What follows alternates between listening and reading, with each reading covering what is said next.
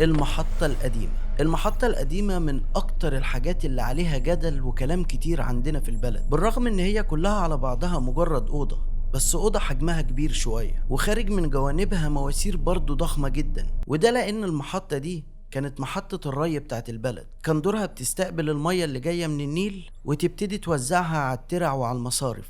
بس زي ما تقول المحطة خرجت من الخدمة من كام سنة، وده من وقت ما الحكومة عملت المحطة الجديدة. من يومها يا صديقي والمحطة دي بقى اسمها المحطة القديمة، مجرد مبنى ضخم ومركون على طرف البلد. بس الكلام اللي كان بيتقال عنها كان أكبر بكتير من الصورة السهلة اللي أنا بحكيها لك. حرفيا المحطة دي اتقال عنها أساطير، بس أنا وصحابي ما كناش مقتنعين بكل ده، لأن باختصار احنا كنا كل كام يوم نروح نقعد قدام المحطة ونسهر لغاية الساعة 2 3 بالليل ونرجع بيوتنا مفيش أي مشاكل. بس كل ده هيتردم وهتظهر كل المشاكل في الليلة المشؤومة اللي هحكي لك عنها النهاردة.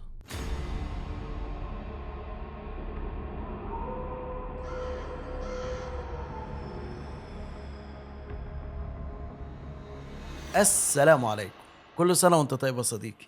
أول حلقة في رمضان وإن شاء الله مش آخر حلقة. زي ما وعدتك إني جايلك في رمضان أديني جيت، واعمل حسابك كل سبت وتلات الساعة 10 بالليل قصة جديدة. فياريت بقى تظبط ساعتك الساعة 10 كل سبت وتلات، هتجيب قهوتك وتحط اللايك وندخل مع بعض على تفاصيل القصة. ليلة من الليالي المكتومة في صيف 2020. الفترة دي كلنا تقريبا كنا قاعدين في بيوتنا، مفيش حد شايف شغله غير كورونا في العالم كله والناموس عندنا في البلد. الليلة دي يا صديقي أنا وصبحي وحمادة وسامي حرفيا ما كناش عارفين نقعد من الناموس واللي بيعملوا فينا. فكان الحل، ما تيجي نروح الغيط؟ لا بلاش، تعال نتمشى ونروح عند المحطة القديمة. رحنا عند المحطة وقعدنا أنا والرجالة، ولعنا سجارة في التانية، شغلنا أغاني على التليفون والدنيا في اللذيذ. بس المرة دي سامي بيتسحب من لسانه وبيقول يا رجالة احنا بقالنا كام سنة بنقعد هنا، مفيش مرة فكرنا ندخل جوه المحطة دي. معلومة كده على الهامش، أنا كنت عايش في القاهرة، وسبب إن أنا قعدت الفترة دي في البلد إن الشغل وقف بسبب كورونا. فكان في فكرة كده متاخدة عن الشباب اللي عايشين في القاهرة والجيزة عندنا في البلد، يقول لك إيه، أصله قاعد في مصر. اللي قاعد في مصر ده هم شايفينه فرفور، واد بتاع ماما وبابا، عيل نايتي كده. فكان لازم اكسر الصورة دي، فروحت قايل له اه والله فكرة يا سامي، ما تيجي ندخل. بس وقتها صبحي حرفيا كأننا قلنا جريمة، لقيته اتنفض وقال لا، اللي عايز يدخل يدخل، هو انا مش هدخل. ينط في الكلام مين؟ حمادة اللي ما بيسيبش شردة ولا وردة الا لما يتريق عليها. راح داخل في الكلام وقال له ايه يا صبحي، انت هتخاف وتسمع كلام ستك ولا ايه؟ تلاقي ستك قالت لك على الراجل اللي اتفرم جوه في الموتور. فهنا انا اتخضيت، يعني هبتدي ارجع للصورة بتاعت مصر بجد اللي هو الفرفور. قلت لهم مين اللي اتفرم جوه؟ فسامي قال لي يا عم دي حكاوي كتير، في واحد يقول لك انا بسمع الموتور شغال بالليل، واللي يقول اصل العامل اتكهرب، واللي يقول العامل الموتور شفطه ودخل المية وبتاع. كلام كتير اتقال عنها، بس ادينا بنيجي هنا في حاجة بتحصل. فانا اتلجلجت وخفت، بس قلت له لا، ما فعلا مفيش اي حاجه، ما تخافش يا صبحي. المهم صبحي قال لا، لو عايزين تدخلوا انا مش هدخل. لقيت لك سامي وحماده راحوا واقفين قالوا لا احنا هندخل. يلا يا عبود، ما باليد حيله، يلا يا رجاله. واتمشينا ناحيه باب المحطه. ما بين الحته الاسمنت اللي احنا بنقعد عليها دي وباب المحطه حرفيا سكه 15 متر. انا حسيت ان انا ماشي مسافه سفر. 15 متر حرفيا انا بتمشى فيهم، كأن المسافة بتبعد او كأننا بنمشي واحنا واقفين مكاننا.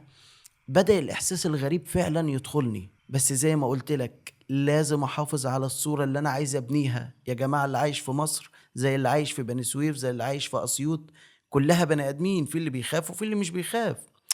فاضطريت اكمل وما قدرتش اقول حاجة لغاية ما وصلنا لباب المحطة. باب اسود كبير كده، يعني حرفيا شبه باب السجن. كان عبارة عن ضرفتين مقفولين كده، وفي خرم من الضرفة دي وخرم من الضرفة دي، ومعدي فيهم سلسلة كأن بقى ايه هتقفلها بقفل.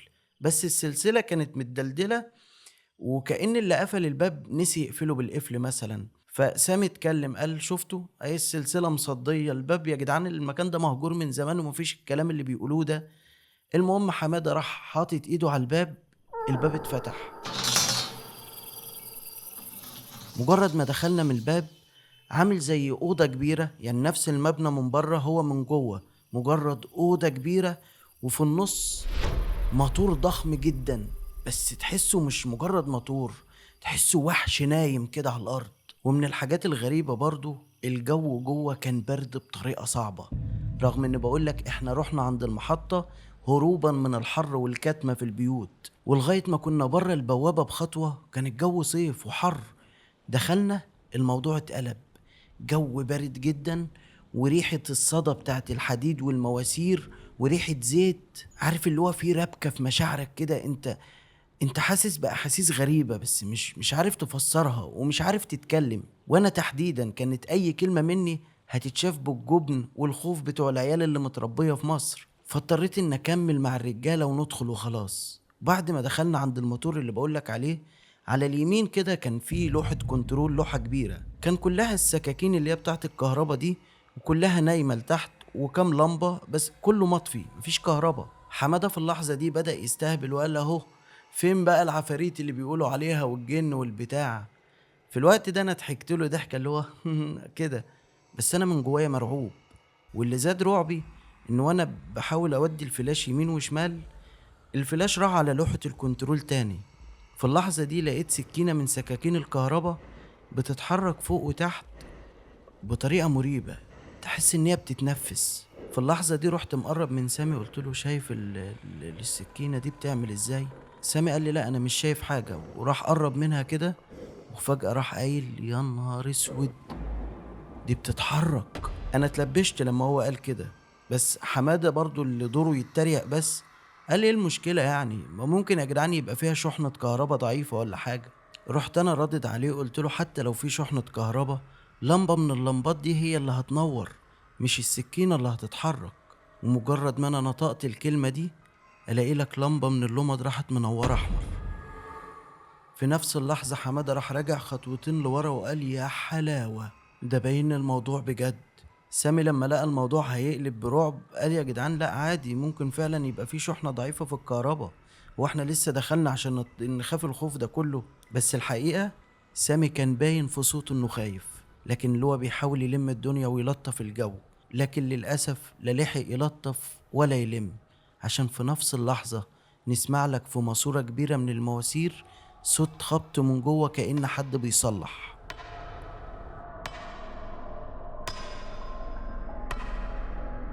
في اللحظة دي أنا اتبنكت والكلام اتحشر في زوري، حرفيا ما بقتش قادر أنطق. وحمادة بدأ يصرخ وقال ده في حد هنا، يلا يلا يا جدعان نخرج، ده في حد هنا بجد. وحتى سامي اللي كان بيحاول يلم الدنيا قال يا جماعة كده كده كفاية، يلا نخرج. ومجرد ما خدنا القرار ولفينا عشان نخرج، نلقى الصدمة الجديدة، الباب اللي فتحناه اللي هو عمل الصوت العالي ده مقفول. ومش بس مقفول، ده مقفول والسلسلة مشدودة على آخر حلقة ومقفولة بقفل. والأغرب من كده إن القفل مصدي، يعني واضح إن القفلة دي قفلة زمن، مش حد مثلا قفل بعد ما احنا دخلنا. وقتها بقى حمادة اتجنن وبدأ يرزع في الباب اللي واحنا داخلين. حمادة زقه زقة واحدة الباب اتفتح. في وقتها بقى واحنا بنحاول نخرج، حمادة كان قرب ايديه تتكسر من كتر الزق، والباب ولا حركة ولا همسة. في اللحظة دي بدأنا نلف حوالين بعض بهستيريا، والرعب بقى بدأ يتمكن مننا قوي. وكل ما احنا بنحاول نتكلم او نتحرك، صوت الخبط اللي في الماسورة ده عمال يعلى، كأن في حد بيعاندنا، احنا نتكلم هو يرزع اكتر في الماسورة. لغاية ما سامي قال الباب ده كده مفيهوش حل، تعالوا نشوف باب تاني يا جدعان، اكيد المحطة ليها باب مخرج تاني. رجعنا يا سيدي جوه المحطة وبدأنا ندور على اي مخرج، وفعلا عكس الباب، يعني الباب من الناحية دي لقينا مدخل ممر كده صغير. بنبص عليه الممر كان ضلمة جدا، وفلاش التليفون جايب على اخره، مفيش يعني مش ظاهر اخر، الممر مكمل معانا.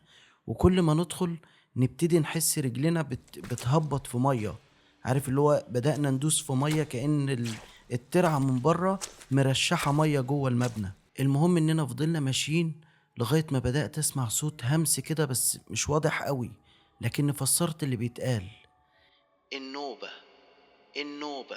كأن الصوت طالع من سماعة، عارف صوت الميكروفونات اللي هي بتبقى فوق المسجد دي؟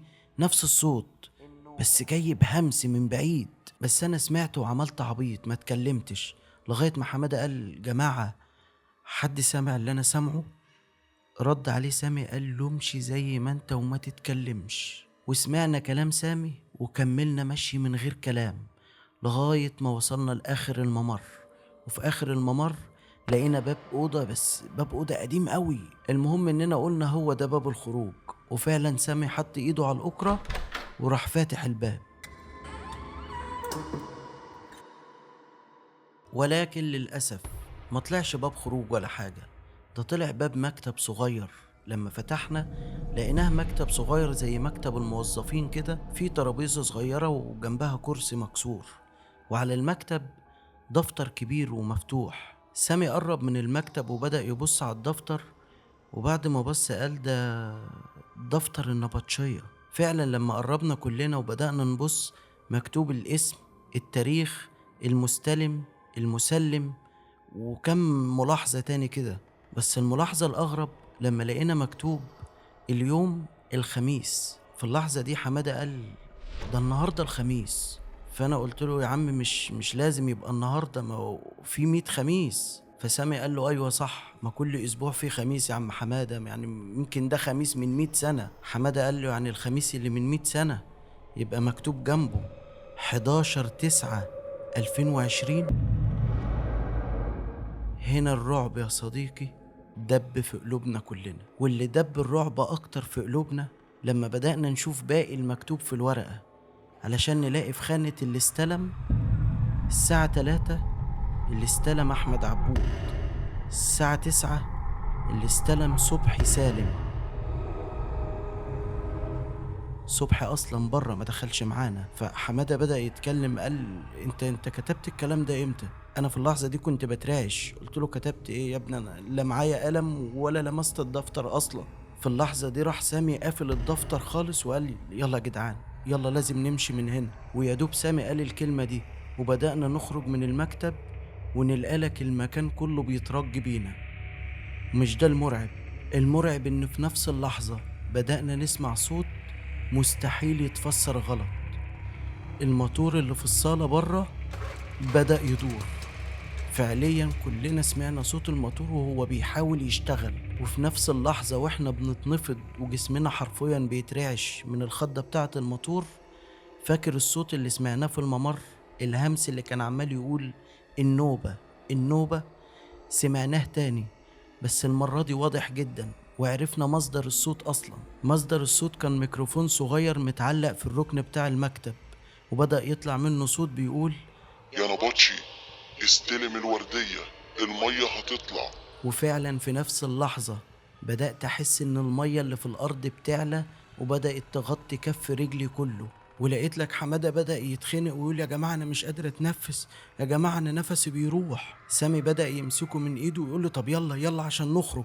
وبرضه مجرد ما سامي قال يلا نخرج، نلاقي لك نور المكتب بدأ ينور. لمبة صفرة كده من بتوع زمان بدأت تدي يعني ضي كده وترعش. والمهم إن هي كشفت المكتب عشان نبص حوالينا، نلاقي الدفتر اللي سامي قافله بإيده مفتوح، والمرة دي فيه قلم جوه الدفتر، كأن الدفتر بيقول لازم حد يستلم ويمضي. وبرضه الصوت اللي جاي من الميكروفون بدأ يشتغل تاني: يا نبطشي استلم، المية بدأت تدخل جوه المكان. حمادة اتجنن وبدأ يرد عليه: احنا مش نبطشية ومش عارف ايه، وراح جاري على المكتب راح قافل الدفتر. فقفلة الدفتر دي حرفيا كأنه قفل الزمن. الدنيا قلبت هس، لا بقى فيه صوت المية ولا اللمبة اللي كانت منورة بقت منورة، ولا بقينا سامعين أي حاجة، بقينا في ضلمة تاني. فبسرعة رحت دايس على زرار الفلاش اللي في التليفون عشان نشوف بعض. ومجرد ما شوفنا بعض: يلا يا جدعان يلا، ادينا ظهرنا للمكتب وهنخرج، نلقى الميكروفون اتكلم تاني: اللي يدخل المحطة لا يسلم لا يستلم. ده انت نهار ابوك ازرق النهارده. طبعا اول ما اتكلم احنا لفينا وشنا احنا التلاتة، يعني التفتنا للميكروفون اللي بيتكلم، عشان نسمع صوت المكتب أو باب المكتب بيترزع. حمادة جري وراح خابط الباب جامد، الباب اتفتح. بس لما اتفتح ما لقيناش الممر الكبير اللي كنا جايين منه، احنا لقينا ضلمة كحل، حرفيا سواد. ومجرد ما شفنا السواد ده خلاص كلنا انهارنا.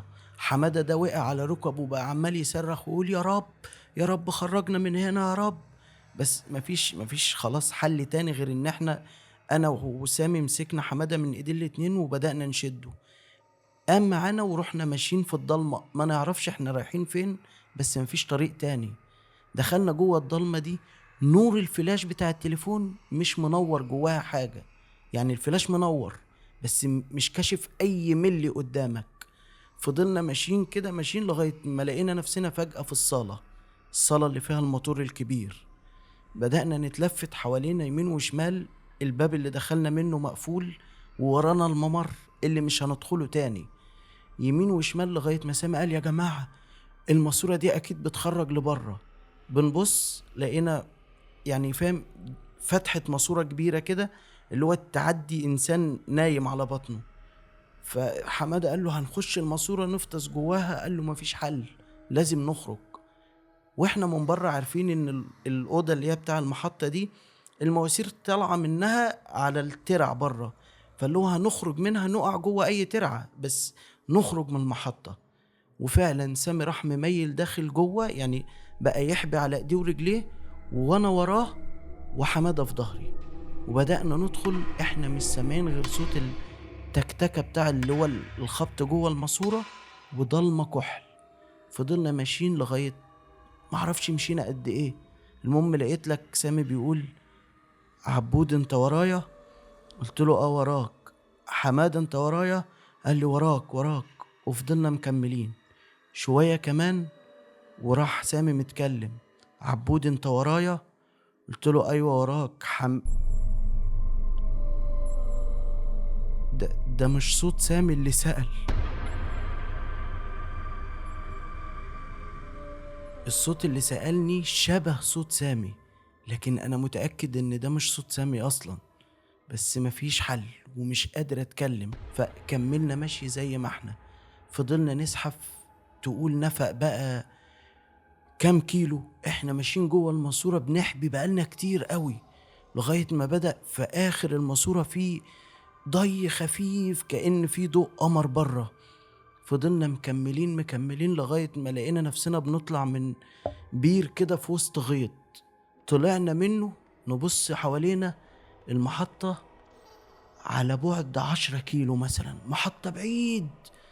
فوقفنا نبص لبعض، احنا ازاي جينا هنا؟ او محدش عارف او محدش عنده تبرير للي بيحصل. فقلنا يلا خلاص يلا بقى عشان نروح. وقتها سامي قال طب وصبح يا جدعان اللي مستنينا هناك؟ انا صراحة قلت له انا مش هقدر ارجع ناحية المحطة دي تاني. وحمادة قال نفس الكلام. فسامي قال طب احنا نلف، يعني ننزل الغيطان ونطلع على الطريق ونيجي من على الطريق من بره من ناحية ما بنيجي كل مرة، هنلقى صبحي هناك ناخده. وفعلا لفينا ورحنا عند صبحي، لقينا صبحي واقف عادي مكان ما سيبناه وبيبص على المحطة اللي هو في انتظار ان احنا نخرج. اول ما شافنا قال ايه ده انتوا جيتوا منين ولا طلعتوا منين يا ابني انت وهو؟ فرد سامي قال له مش وقته يلا بس يا اسطى عشان نمشي. قال له يا ابني انتوا لحقتوا في الدقيقتين دول دخلتوا وخرجتوا، ده ايه الجبن ده؟ دقيقتين؟ قلنا له يا ابني احنا سايبينك هنا بقالنا يجي ساعتين، دقيقتين ايه؟ قال وربنا ابدا بصوا في الساعة ايه. فعلا احنا ما بين اللحظة اللي سيبنا فيها صبحي واللحظة اللي بنبص في الساعة فيها معداش دقيقتين، واحنا مرينا بقصة جوه المحطة 3 ساعات اقل حاجة. اترعبنا اكتر بس مفيش وقت للرعب ولا السرحان اكتر من كده. حمادة قال يلا يا جدعان يلا نمشي وبعد كده نفكر في الدقيقتين وفي الساعتين. وفعلا خدنا بعض ورحنا مروحين. ودي يا صديقي كانت قصتي مع المحطة القديمة. أتمنى تكون عجبتك وتستنانا المحطة الجاية اللي هتكون يوم السبت إن شاء الله الساعة 10. أشوفك على خير ورمضان كريم.